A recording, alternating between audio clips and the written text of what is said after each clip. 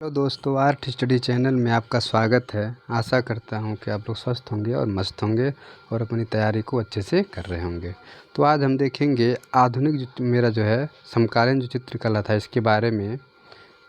आज का हमारा वीडियो तीसरा है, ठीक, जिसमें हमने ऑलरेडी जो है हम 1 और 2 वीडियो डाल चुके हैं। तो ये सब हम आजकल पढ़ रहे हैं कौन सा, आधुनिक भारतीय समकालीन कलाकार, जो परीक्षा में बेहद महत्वपूर्ण है और इसमें से अधिक क्वेश्चन आपको परीक्षा में आता भी है। तो ठीक है, तो हम शुरू करते हैं आज इस वीडियो को। देखिए पहले प्रश्न जो है इसमें क्या देखिए इसके पहले जो हम आपको बता दे रहे हैं कि 1 से 25 तक एक वीडियो हुआ था और ठीक है 26 से 50 तक एक वीडियो हुआ है और तीसरा वीडियो हमारा 51 से 75 तक होगा। ठीक, इस तरह से हम क्रम को पढ़ते हुए चलेंगे ताकि परीक्षा तक हमारा जो है आधुनिक समकालीन कला अच्छे से कवर हो जाए। बाकी हम करा चुके हैं। देखिए कह रहा है कि समकालीन भारतीय चित्रकला हुसैन के बहाने, ध्यान दीजिएगा, हुसैन के बहाने के लेखक पूछ रहा है केशव मलिक, अशोक भौमिक, दिनकर कौशिक, असद अली। देखिए हम 4 विकल्प इसलिए हम बार बार पढ़ने की कोशिश करते हैं, आप पढ़ते भी हैं, ठीक, ताकि आप जब भी देखें कि चारों लोग अगर जाने रहेंगे तभी। तो ऐसा नहीं कि हम रटा दें कि आपको केशव मलिक है, ये है, वो है, ऐसे बोलते हुए चले जाए अशोक भौमिक, तो ऐसे नहीं होता है। जब आप चारों विकल्प अच्छे से देखेंगे, ठीक, तब आपको समझ में आएगा, उसके बाद तब आप आंसर देंगे, वो गलत होने का चांस नहीं रहता है। इसलिए कभी भी पढ़िए, प्रश्न को भी अच्छे से पढ़िए और विकल्प को भी अच्छे से पढ़िए, क्योंकि थोड़ा सा भी मिस्टेक करेंगे तुरंत दूसरे ऑप्शन में मार कर चले जाएंगे। ये चीज़ हम, ठीक है, ज़रूर सही करके आइएगा आप लोग। चलिए, तो इसका जो आंसर हो जाएगा आपका अशोक भौमिक जी। कौन से थे? अशोक भौमिक जी थे। इस तरह से पढ़ने में और ज़्यादा मज़ा आएगा। चलिए आगे देखते हैं। अगला कह रहा है कि समकालीन भारतीय चित्रकला हुसैन के बहाने के लेखक अशोक भौमिक है। अशोक भौमिक का जन्म 31 जुलाई 1953 ईस्वी में नागपुर, महाराष्ट्र में हुआ था। प्रगतिशील कविताओं पर आधारित पोस्टर के लिए कार्य शिविरों आयोजन और आज भी इस उद्देश्य के लिए वे समर्पित हैं। मोनालिसा हंस रही है, जो कह रहा है इनका है मोनालिसा हंस रही थी। इनका पहला उपन्यास आइस पाइस, कहानी संग्रह बादल सरकार, व्यक्त रंगमंच, शिप्रा नदी का नाम पुस्तकें प्रकाशित की इन्होंने, अशोक भौमिक जी। केशव मलिक एक भारतीय कवि और साहित्यिक आलोचक, कला विद्वान, क्यूरेटर थे। हिंदुस्तान टाइम्स, ध्यान दीजिएगा, और द टाइम्स ऑफ इंडिया के क्या है, कला समीक्षक भी बने रहे। तो इस चीज़ में आपको ये चीज़ ध्यान देना है कि ये जो है अशोक भौमिक ने, इनका जन्म क्या हुआ था और क्या क्या किए थे, ये सब अगर ये प्रश्न पूछा भी गया मान लीजिए कई बार, तो ये ज़रूरी नहीं कि वही रिपीट करता। ये जो नीचे का पार्ट दिया रहता है इसमें से बेहद क्या है इंपॉर्टेंट होता है, जो टॉपिक से उठा लेता है। ठीक, चलिए आगे तरफ हम बढ़ते अगले प्रश्न की तरफ। देखिए क्या कह रहा है, ध्यान से पढ़िए। कह रहा है कि ये रामचंद्रन की चित्र श्रृंखला है। बाउल डांस, बीजू का, आयाती, उमर खयाम। तो ये सबको पता होगा, ज़्यादातर लोग बच्चों का पता होगा कि इसका क्या है, आयात श्रृंखला है। चलिए आगे देखते हैं। आगे कह रहा है कि आयात नामक भित्ति चित्र जैसे विशाल कलाकृति 7 × 60 फीट इस समय के ए रामचंद्रन की सर्वश्रेष्ठ कृति है, जिसे 1986 में दिल्ली में प्रदर्शित किया गया था।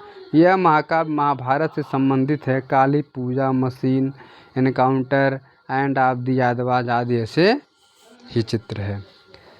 रामचंद्रन का एक चित्रकार, मूर्तिकार तथा भित्ति चित्रकार थे। मूलतः आकृति मूलक कलाकार थे। बीज का चित्र श्रृंखला अवधेश मिश्र जी का है। उमर खयाम तथा अरबियन नाइट्स, ये आपका क्या है, अवनीनाथ टैगोर जी का है। आगे देखते हैं। चलिए अगले प्रश्न की तरफ बढ़ते हैं हम। देखिए 53 नंबर क्वेश्चन क्या कह रहा है, ध्यान से इस चीज़ को आप लोग पढ़िएगा। कह रहा के.एस. कुलकर्णी का जन्म बेलगाम कर्नाटक हुआ, जो डैश से संबंध रहे, किससे? J school of art Mumbai, Kashi Hindu Vishwavidyalaya Banaras, college of art and craft Kala Vidyalaya Lucknow से, या भारत कला परिषद कर्नाटक से। तो कुलकर्णी की अगर हम बात करें तो बनारस से, क्या से थे ये, बनारस से संबंध थे। चलिए देखते हैं आगे इनके बारे में। के.एस. कुलकर्णी का जन्म 1928 में बेलगाम कर्नाटक में हुआ था। इन्होंने 1945-1955 ईस्वी में त्रिवेणी कला संगम तथा दिल्ली शिल्पी चक्र के सदस्य भी रहे। 1972 से 1978 तक आप बनारस हिंदू विश्वविद्यालय बनारस में ललित कला संकाय के डीन रहे और ये म्यूरलिस्ट के साथ ही श्रेष्ठ व्यक्ति चित्रकार के रूप में प्रसिद्ध हुए थे। माता पुत्र पनघट कबाड़ी खेत बैल टोकरी लिए लड़की आज श्रेष्ठ कृतियाँ इनकी फेमस रही हैं। आगे हम देखते हैं, चलिए अगले प्रश्न की तरफ। ठीक, 54 नंबर क्वेश्चन देखिए क्या कह रहा है। कह रहा है सेलिब्रेशन ट्रिप्टिक को एक्रेलिक में चित्रित करने वाले चित्रकार का नाम बताइए। ठीक, तो विरिंडे, सतीश गुजराल, तैयब मेहता, राम कुमार। तो इसमें आपका आंसर हो जाएगा आपका तैयब मेहता। ठीक, ध्यान दीजिएगा, सेलिब्रेशन ट्रिप्टिक के जो है यही थे। ठीक, तैयब मेहता जी। सेलिब्रेशन ट्रिप्टिक को एक्रेलिक में तैयब मेहता ने चित्रित किया है। संथालों का बसंत उत्सव प्रसिद्ध चित्र मेहता का है तथा ट्रेडर्स बुल भी इनका प्रसिद्ध चित्र है। तैयब मेहता का जन्म 1925 ईस्वी में गुजरात के कपाड़वंज नामक स्थान पर हुआ था और मेहता जो तैयब मेहता का काली नामक चित्र बेहद ज़्यादा प्रसिद्ध हुआ है। चलिए आगे देखते हैं अगले प्रश्न की तरफ। अगला हमारा प्रश्न कह रहा है 55 नंबर की ब्रिश बनाने के लिए मशहूर कलाकार का नाम बनाइए। ठीक, सुनील दास, सुधीर पटवर्धन, परमजीत सिंह, जतिन दास। तो ब्रिश की अगर हम बात करें, ध्यान दीजिएगा, तो ये थे सुनील दास जी। क्या थे? ब्रिश को बनाने वाले सुनील दास जी थे। चलिए आगे देखते हैं। ब्रिश बुल नामक कृत सुनील दास ने बनाए थे। इनका जन्म 4 अगस्त 1939 में बंगाल में हुआ था। ये भारतीय अभिव्यंजनावादी चित्रकार थे और उन्होंने कला के क्षेत्र में उत्कृष्ट योगदान के लिए 2014 में भारत सरकार पद्मश्री सम्मानित किया। और सुधीर पटवर्धन एक भारतीय समकालीन कलाकार एवं रेडियोलॉजिस्ट हैं। इनका जन्म 1949 में पुणे महाराष्ट्र में हुआ था। आगे देखते हैं, चलिए अगले प्रश्न की तरफ। 56 नंबर क्वेश्चन देखिए क्या कह रहा है। कह रहा भारतीय कला के हस्ताक्षर पुस्तक के लेखक ज्योति जोशी, आनंद कृष्ण, सुनीत चोपड़ा, राय किरण दास। तो आंसर आपका हो जाएगा कौन? इसका फटाफट आपको आंसर देना है ज्योति जोशी। ठीक, कौन जाएंगे? ज्योति जोशी जी। चलिए देखते हैं। भारतीय कला के हस्ताक्षर पुस्तक के लेखक ज्योति जोशी हैं। राय किरण दास का जन्म 13 नवंबर 1892 ईस्वी में बनारस भारत में हुआ था। राय किरण दास भारत कला भवन की स्थापना 1920 ईस्वी में की थी और राय किरण दास की चित्रकला, मूर्तिकला एवं पुरातत्व में इनकी रुचि थी। चलिए आगे देखते हैं। 57 नंबर क्वेश्चन। भारतीय विषयों को पाश्चात्य शैली में किसने चित्रित किया? ध्यान दीजिएगा, भारतीय विषयों को पाश्चात्य शैली में किसने चित्रित किया? बद्रीनाथ आर्य, के.एस. कुलकर्णी, अमृता शेरगिल, सुखबीर सिंघल। तो आपका आंसर हो जाएगा अमृता शेरगिल जी। ठीक, चलिए आगे देखते हैं। भारतीय विषयों को पाश्चात्य शैली में अमृता शेरगिल ने चित्रित किया है। 1924 से 1929 ईस्वी में आप भारत प्रवास की मध्य रेखांकन तथा जल रंग चित्रण, इसमें यूरोपीय प्रभाव भी था। अमृता शेरगिल का जन्म 30 जनवरी 1913 में बुडापेस्ट, हंगरी में हुआ था। यूरोप भ्रमण के दौरान अमृता शेरगिल गोंगवा की तैतीय कला से सर्वाधिक प्रभावित थी और 1934 में भारत लौटने पर इन्होंने शिमला के समीप ही समर हिल पर छोटी स्टूडियो बना लिया और अमृता को लाल रंग बेहद पसंद। बद्रीनाथ आर्य सांवरी पी का नामक प्रसिद्ध चित्र बनाए और इनके सांवरी चित्र इलाहाबाद संग्रहालय में सुरक्षित भी है। के.एस. कुलकर्णी त्रिवेणी कला संगम के स्थापना तथा दिल्ली शिल्प चक्र के संस्थापक भी रहे। के.एस. कुलकर्णी की बात कर रहा है। चलिए अब हम चलते हैं अगले क्वेश्चन 58 की तरफ। क्या कह रहा है? पक्षियों का चितेरा किसे कहा जाता है? राम गोपाल विजयवर्गीय, भवानी शंकर शर्मा, कृपाल सिंह शेखावत, देवकी नंदन शर्मा। तो पक्षियों के चित्रण की अगर हम बात करेंगे, देवकी नंदन शर्मा जी हैं। चलिए, पक्षियों के कलाकार देवकी नंदन शर्मा थे। शर्मा ने सभी जातियों के पक्षियों, मोर, कबूतर, कोयल, बुलबुल बहुत नज़दीक से देखा और अध्ययन किया। प्रोफेसर देवकी नंदन शर्मा का जन्म 17 अप्रैल 1917 में अलवर में हुआ था और सलेन नाट्य सन्निधि में रहकर कार्य किया और विश्वविद्यालय अनुदान आयोग ने उनके कला योगदान के प्रोफेसर एमेरिटस की उपाधि सम्मानित किया था। कृपाल सिंह शेखावत का जन्म 11 दिसंबर 1922 ईस्वी को राजस्थान के शेखावटी में हुआ था और ये भित्ति चित्रण में पारंगत से। आगे देखते हैं हम। महात्मा गांधी संस्थान मॉरिशस में किस कलाकार ने म्यूरल बनाया था? ध्यान दीजिए। सतीश गुजराल, एस राजा, परेश मैती, मनु पारेख। तो इसमें का आपका आंसर हो जाएगा कौन सा? ये वाला आंसर होगा आपका सही, सतीश गुजराल जी। ठीक, चलिए आगे देखते हैं। महात्मा गांधी संस्थान मॉरिशस में सतीश गुजराल ने म्यूरल बनाए थे। सतीश गुजराल की अभिव्यक्ति कोलाज म्यूरल में अधिक हुई थी। आपके muralist ceramic, tile, terracotta, bronze, aluminium तथा कांच द्वारा निर्मित है। गुजरात के मुख्य कलाकार थे, मुख्य बधिर कलाकार थे। इनका जन्म 25 दिसंबर 1925 को झेलम, लाहौर में हुआ था। सैयद हैदर रजा प्रोग्रेसिव आर्टिस्ट ग्रुप के कलाकार थे। इनका जन्म 1922 ईस्वी में मध्य प्रदेश के दमोह में हुआ था। चलिए कोई बात नहीं, आगे देखते हैं 60 नंबर क्वेश्चन। निम्नलिखित में से कौन एक प्रिंट मेकिंग कलाकार हैं? अनुपम सुद, मंजीत बाबा, नंदलाल बोस, महेंद्र पांडेयन। अगर प्रिंट मेकिंग की अगर हम बात करें तो इसमें कौन थे? अनुपम सुद जी थे। चलिए आगे देखते हैं क्या दिया हुआ देखिए। अनुपम सुद महिला कलाकार हैं जिन्होंने छापा चित्र और प्रिंट मेकिंग कलाकार के रूप में प्रसिद्ध हैं। अनुपम सुद के चित्र आकृति मूलक हैं। उनके चित्रों में कुछ उदासी और बेचैनी लिए हुए मानवकृतियाँ खामोशी और मौन प्रतिक्रिया से अभिव्यक्त से को व्यक्त कर देती हैं। अनुपम सुद का जन्म 1944 ईस्वी में होशियारपुर, पंजाब में हुआ था और नंदलाल बोस बंगाल शैली के चित्रकार थे तथा मंजीत बाबा समकालीन आधुनिक चित्रकार और महेंद्र पांडेयन मूर्तिकार रहे थे। चलिए आगे देखते हैं 61 नंबर क्वेश्चन। एक सेकेंड, 61 नंबर क्वेश्चन देखिए क्या कह रहा है। कह रहा KH आरा किस कला युग के कलाकार थे? KH Ara Calcutta progressive artist group, Bombay group, Delhi Shilpi Chakra. तो अगर आरा की अगर हम बात करेंगे तो पैग थे, प्रोग्रेसिव आर्टिस्ट ग्रुप। ठीक, चलिए आगे देखते हैं। KH आरा प्रोग्रेसिव आर्टिस्ट ग्रुप के कलाकार थे। मुंबई के कलाकार KH आरा जो अनेक एकल प्रदर्शनियां कर चुके थे तथा बॉम्बे आर्ट सोसाइटी से सम्मानित भी हो चुके थे। इन्होंने अपनी एक विशालकृत बॉम्बे आर्ट सोसाइटी में प्रदर्शन के उद्देश्य से ले गए, जहां वहाँ वो अस्वीकृत कर दी गई और इससे खिन्न होकर आरा या फेंसुजा तथा एस राजा को से मिले और तथा तीनों कलाकारों ने मिलकर सन 1947 में प्रोग्रेसिव आर्टिस्ट ग्रुप में पैग की स्थापना की।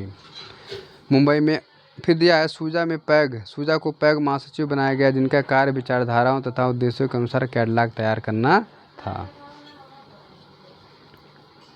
आगे देखते हैं, एक सेकंड।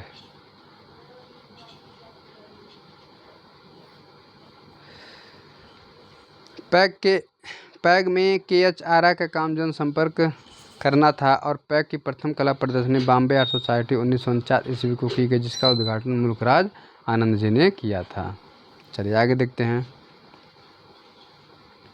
62 नंबर क्वेश्चन देखिए क्या कह रामचंद्र शुक्ल किस वाद के प्रतिपादक थे? अभिव्यंजनावाद, नवतांत्रिकवाद, समीक्षावाद, घनवाद। तो इसका आपको आंसर देना है फटाफट। ये किससे जुड़े थे? समीक्षावादी कलाकार से जुड़े थे ये। चलिए देखते हैं आगे आंसर इसका। रामचंद्र शुक्ल समीक्षावादी के प्रतिपादक माने जाते हैं। समीक्षावाद शुक्ल के चित्रों के कई रूपों और शैलियों को चित्रित किया, लेकिन वे भारत में आधुनिक चित्रकला की एक स्वदेशी शैली का तलाश में थे, जिसे उन्होंने 1974 में बनारस हिंदू विश्वविद्यालय में रहने के दौरान विकसित किया, जिसे समीक्षावादी कहा जाता है। यह शैली अब भारत में प्रसिद्ध है और इस शैली के द्वारा कलाकार समाज और राजनीतिक में व्याप्त भ्रष्टाचार को सांकेतिक और व्यंग्यात्मक भाषा के साथ बेनकाब करने की कोशिश करता है।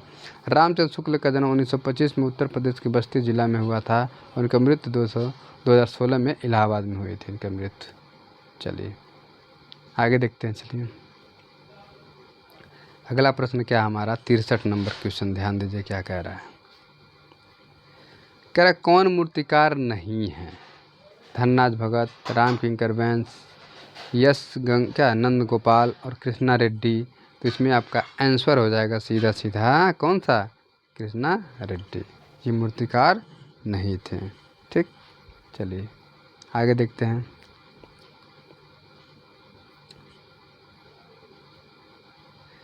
कृष्णा रेड्डी मूर्तिकार नहीं थे, ये प्रसिद्ध छापाकार थे। कृष्णा रेड्डी का जन्म सन 1925 ईस्वी में दक्षिण भारत आंध्र प्रदेश में हुआ था।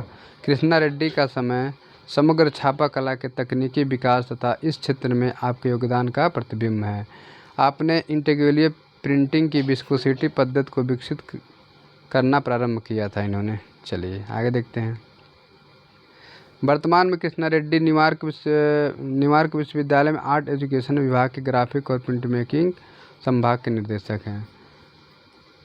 क्लाउन फार्मिंग नामक छायाचित्र डिमॉन्स्ट्रेशन नामक छापा चित्रण है। चलिए आगे देखते हैं। 64 नंबर क्वेश्चन देखिए। कर आधुनिक भारतीय भूदृश्य चित्रण के चित्रकार का नाम बताइए। एम.एफ. हुसैन, राम कुमार, कृष्ण खन्ना, मंजीत बाबा। तो इसमें आंसर आपका हो जाएगा राम कुमार। कौन थे? राम कुमार जी थे। चलिए आगे देखते हैं।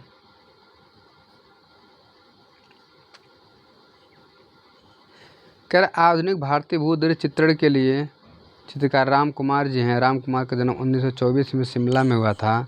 सन 1960 ईस्वी में से सन 1970 ईस्वी के दौरान आपने दृश्य चित्रों का कहीं ज़्यादातर सृजन किया और बनारसी श्रृंखला में वहाँ के लोग घाटे, नावे, बालू, रेत, ठीक, गंगा इत्यादि समूचे वातावरण को धूमिल या हल्के रंग में इनको निखारा। राम कुमार के चित्रों में विसर्जन में सृजन, विलय में लय तथा शिल्प में सत्यम शिवम सुंदरम का समावेश प्रभावशाली रहा। राम कुमार ने भारत में अमूर्तता की शुरुआत इन्होंने की थी। चलिए आगे देखते हैं। 65 नंबर क्या कह रहा है। कह रहा transformation of nature in art के लेखक एम.एस. रंधावा, अनंत कुमार स्वामी, ई.वी. हैवेल, अवनींद्रनाथ टैगोर। तो transformation of nature in art, ध्यान दीजिएगा, transformation of nature in art की बात करें तो अनंत कुमार स्वामी जी थे। कौन थे? अनंत कुमार स्वामी जी थे। Transformation of nature in art के लेखक अनंत कुमार स्वामी जी हैं। आनंद कुमार स्वामी का पूरा नाम आनंद केटिंस कुमार स्वामी था। आनंद कुमार स्वामी कला समीक्षक के रूप में प्रसिद्ध थे। अनंत कुमार स्वामी ने लगभग 60 ग्रंथों की रचना की थी। सिलोन नेशनल रिव्यू का संपादक अनंत कुमार स्वामी ने किया। अनंत कुमार स्वामी थियोसॉफिकल सोसाइटी के सदस्य बने थे। चलिए आगे देखते हैं। 66 नंबर क्वेश्चन। निम्नलिखित में से महिला कलाकार को पहचानिए। ज्योति भट्ट, के लक्ष्मण गौड़, गीता सरोजपाल, विवान सुंदरम। फटाफट इसका आंसर देना है कि महिला कलाकार को पहचानिए। तो यही थी गूंगी सरोजपाल। कौन थी? गूंगी सरोजपाल जी थी। अब इनके बारे में थोड़ा देखते हैं। निम्नलिखित में से गूंगी सरोजपाल को महिला कलाकार के रूप में जाना जाता है। गूंगी सरोजपाल का जन्म 1945 में नौली, उत्तर प्रदेश में हुआ था। गूंगी सरोजपाल एक प्रख्यात भारतीय कलाकार हैं और कई माध्यम में काम करती हैं, जिसमें गौचे, तैल, सिरेमिक और बुनाई शामिल है। उनके कार्यों में आमतौर पर महिलाएं होती हैं और कई चित्रों में एक काल्पनिक तत्व होता है जो अभी भी महिलाओं की स्थिति टिप्पणी करता है। गूंगी सरोजपाल लखनऊ कला विद्यालय से चित्रकला में डिप्लोमा किया था और 1990 में गूंगी सरोजपाल को ललित कला अकादमी नई दिल्ली का क्या कहा जाता है? पुरस्कार, नई दिल्ली के पुरस्कार में सम्मानित किया गया था। चलिए आगे देखते हैं। 67 नंबर क्वेश्चन क्या कह रहा है। क्या उस कलाकार का नाम बताइए जिसने पिकासो और ब्राकमातिस गोंगवक से प्रेरणा ली थी। नंद बाबू, अमृता शेरगिल, एस.एस. राजा, एम.एफ. सुजा। तो इसमें से आपका आंसर हो जाएगा अमृता शेरगिल जी। ठीक, चलिए आगे देखते हैं। उस कलाकार का नाम अमृता शेरगिल है जिसने पिकासो, ब्राकमातिस, गोंगवा चित्रों से प्रेरणा ग्रहण की। अमृता शेरगिल यूरोप भ्रमण के दौरान पिकासो ब्राक मातिस और गोंगवा के चित्रों से प्रेरणा ग्रहण की। गोंगवा की तैतीन कला ने अमृता को सर्वाधिक प्रभावित किया और सन 1934 में भारत लौटने पर इन्होंने शिमला के समीप समर हिल पर छोटा स्टूडियो बना लिया और भारत में अमृता को नंदलाल एवं रविन्द्रनाथ की कला ने बहुत ज़्यादा प्रभावित भी किया था। अमृता शेरगिल में पूर्व और पश्चिम दोनों के संस्कार तथा आनुवंशिक गुण प्रभावित थे, जिसके कारण दोनों कलात्मक अंतर्दृष्टियों का संश्लेषण करना चाहती थी। इस कारण आधुनिक भारतीय चित्रकला के इतिहास में आप मील के पत्थर रहे। आपकी कला में पाल गौगिन की कला की आदिम सरलता, पाल सेजान की शैली की गठनशीलता व सरलीकृत आकार तथा बानगो की अभिव्यंजना शक्ति के साथ भारतीय कला के प्रत्येक पक्ष को प्रभावित थे। चलिए आगे देखते हैं 68 नंबर क्वेश्चन। सन 1971 ईस्वी में आपने महाभारत की कथा का 30 चित्र बनाए। कौन? एन.एस. बेंद्रे, के हैबर, एम हुसैन, सतीश गुजराल। तो इसमें आपका आंसर हो जाएगा सतीश गुजराल जी। ठीक, चलिए आगे देखते हैं। एम.एफ. हुसैन ने सन 1971 ईस्वी में महाभारत की कथा पर 30 चित्र बनाए। मकबूल फिदा हुसैन का जन्म 1915 में सोलापुर, महाराष्ट्र में हुआ था। एम.एफ. हुसैन एक आत्मनिश्चित चित्रकार हैं। इनका संपूर्ण कलाकार आकृति पूरक है। सन 1971 में महाभारत की कथा की करीब 30 चित्र ब्राज़ील की एक चित्र प्रदर्शनी में पिकासो के साथ लगी थी। और सन 1970 ईस्वी में आपने त्रिवेणी कला संगम दिल्ली में एक चित्र निर्माण की प्रदर्शनी में इन्होंने काम किया, मतलब आयोजित किया। और जहां आपने अचेतन जगत के आधार पर चित्र रचना कर दिल्ली के नागरिकों को विमुख कर दिया और आपने एक अमूल्य कृति नाट्यकर्मी सफदर हाशमी की यादगार में हाशमी के नाम गठित ट्रस्ट को भेंट भी की थी इन्होंने। चलिए आगे देखते हैं 69 नंबर क्वेश्चन। देखिए क्या कह रहा है। कह रहा है कि राजस्थानी कलाकार जिसने जल रंगों को तैल रंगों की तरह प्रयोग किया था। भूरी सिंह शेखावत, राम गोपाल विजयवर्गीय, गोवर्धन लाल जोशी, कृपाल सिंह शेखावत। तो इसमें आपका आंसर हो जाएगा कौन सा? बताइए फटाफट। ये वाला आंसर भूरी सिंह शेखावत, जिन्होंने जल रंग को तैल रंग की तरह प्रयोग किया था। भूरी सिंह शेखावत जी थे। राजस्थान कला भूरी सिंह शेखावत ने जल रंगों को तैल रंग की तरह प्रयोग किया है। भूरी सिंह शेखावत राजस्थान में यथार्थवादी चित्रकला के एक सशक्त स्तंभ थे।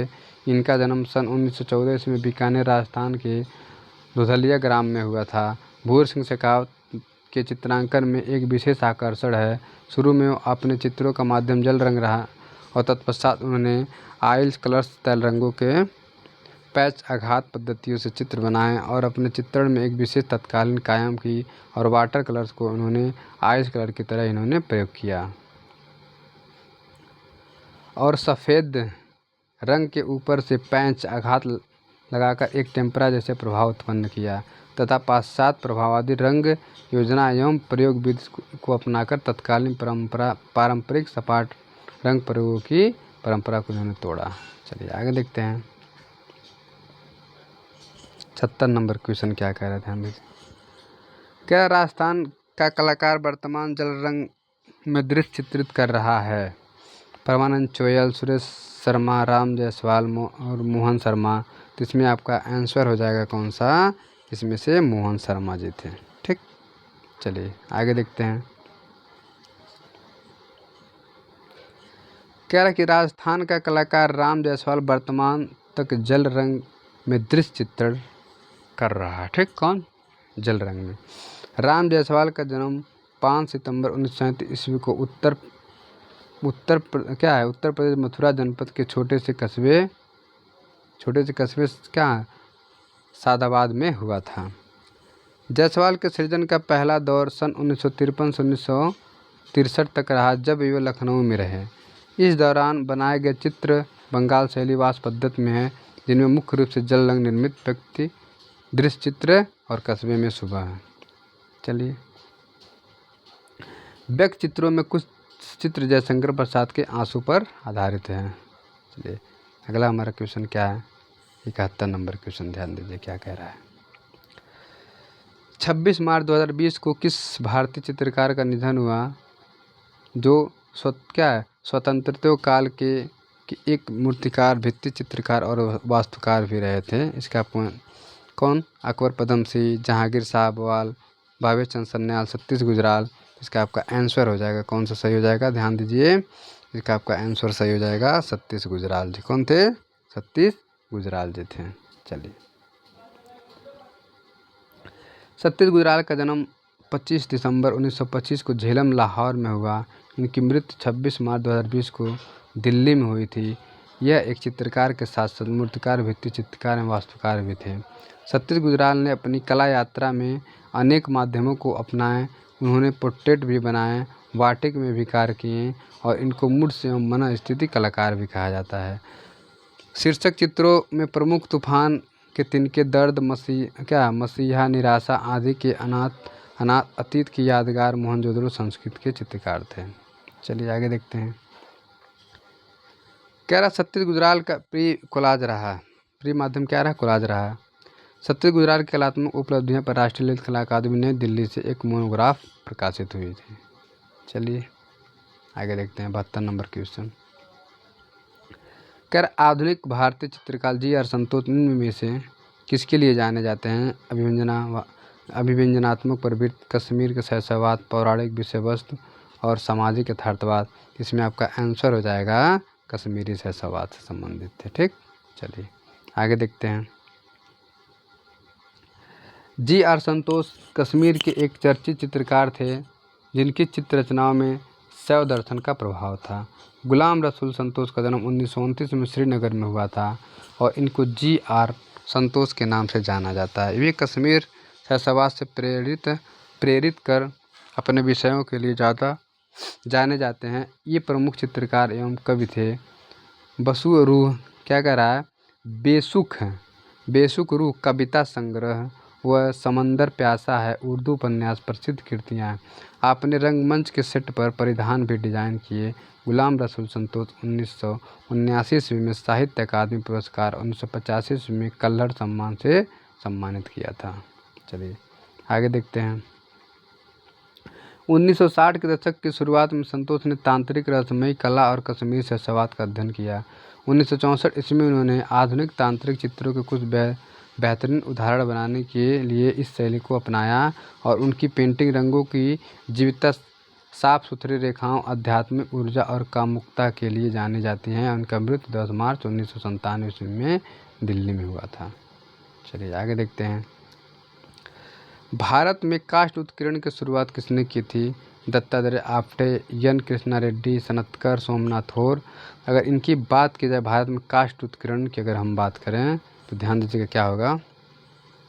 73 नंबर क्वेश्चन, ये आपका सही हो जाएगा सनत्कर। कौन थे? सनत्कर जी थे। भारत में काष्ठ उत्कीर्ण वुड इंटीग्रली की शुरुआत सनत्कर ने की थी। इनका जन्म 1935 पश्चिम बंगाल में हुआ था। सनत्कर ने अनेक वर्षों के अन्वेषण के पश्चात इसे विकसित किया और इसे वुड इंटीग्लियो का नाम दिया। कृष्ण रेड्डी का जन्म 1925 ईस्वी में आंध्र प्रदेश में हुआ था। भारत में इन्होंने इंटीग्लियो की विस्कोसिटी विधि प्रारंभ की और कृष्णा रेड्डी भारत के प्रसिद्ध प्रिंट मेकिंग मूर्तिकार और एक आदर्श शिक्षक भी थे। सोमनाथ होर का जन्म 1921 में चिटगांव बांग्लादेश में हुआ था और भारत में इन्होंने लुगदी छायाचित्र, ठीक है, पुल प्रिंट की शुरुआत की। और दत्तात्रेय आप्टे का जन्म 1953 में महाराष्ट्र में हुआ था और ये मुख्यतः सेरीग्राफी के लिए काम करते थे। चलिए 74 नंबर क्वेश्चन देखते क्या कह रहा है। वृत्त चित्र मीटिंग मंजीत का निर्देशन किसने किया? ठीक, बुद्ध देवदास गुप्ता, इनापुरी, ज्योति भट्ट, श्याम बेनेगल। तो इसमें से आपका आंसर कौन सा हो जाएगा? ए हो जाएगा। कौन सा? बुद्ध देवदास गुप्ता जी। चलिए वृत्त चित्र मीटिंग मंजीत का निर्देशन बुद्ध देवदास गुप्ता ने किया। बुद्ध देवदास गुप्ता का जन्म 1944 में अनार ब्रिटिश भारत में हुआ। अनारा के ब्रिटिश भारत में हुआ था। बुद्ध देवदास गुप्ता फिल्म निर्माता, पटकथा लेखक थे। बुद्ध देवदास गुप्ता हिंदी एवं बांग्ला फिल्म का एक अभिनेता हैं और इनकी बाघ बहादुरी, उत्तरा, काली पुरुष जैसी फिल्में अंतर्राष्ट्रीय स्तर पर चर्चा में रही। 2019 में कोलकाता में आयोजित एक समारोह में पश्चिम बंगाल फिल्म पत्रकार संघ सत्यजीत रे लाइफ टाइम अचीवमेंट पुरस्कार प्रदान किया। श्याम बेनेगल एक फिल्म निर्देशक थे। ज्योति भट्ट का जन्म 1934 में भावनगर गुजरात में हुआ था और प्रमुख रूप से ग्राफिक कलाकारों के रूप में जाने जाते हैं। ठीक, तो 75 नंबर क्वेश्चन आज के लास्ट क्वेश्चन है। कौन सा चित्रकार भीलों का चितेरा के भीलों क्या जनजात के चित्रकार के रूप में प्रसिद्ध है? भूल सिंह शेखावत, गोवर्धन लाल जोशी, कृपाल सिंह शेखावत, राम गोपाल विजयवर्गीय। तो इसमें आपको आंसर देना फटाफट गोवर्धन लाल जोशी जी। चलिए आगे देखते हैं।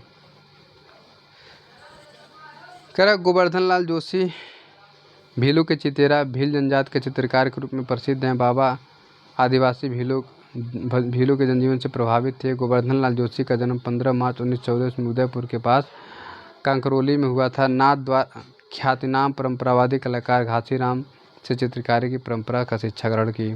भील जीवन के अंकन हेतु उन्होंने लगभग 7 वर्ष तक भीलों के आचार व्यवहार वेशमुखा और उनके रहन सहन को नज़दीकी से देखा परखा और भील जीवन का सफल चित्रांकन उनकी ख्याति में चादर लगा दिया। कृपाल सिंह शेखावत का जन्म 11 दिसंबर 1922 को राजस्थान के शेखावटी क्षेत्र के मऊ गांव में हुआ था। वर्तमान में ये सीकर जिले के सरमाधोपुर तहसील में है। ठीक, तो इस तरह से आज का जो वीडियो है यहीं तक समाप्त होता है। पूरा वीडियो देखने के लिए धन्यवाद। और वीडियो अच्छी लगी हो तो लाइक सब्सक्राइब जरूर करिए। ठीक।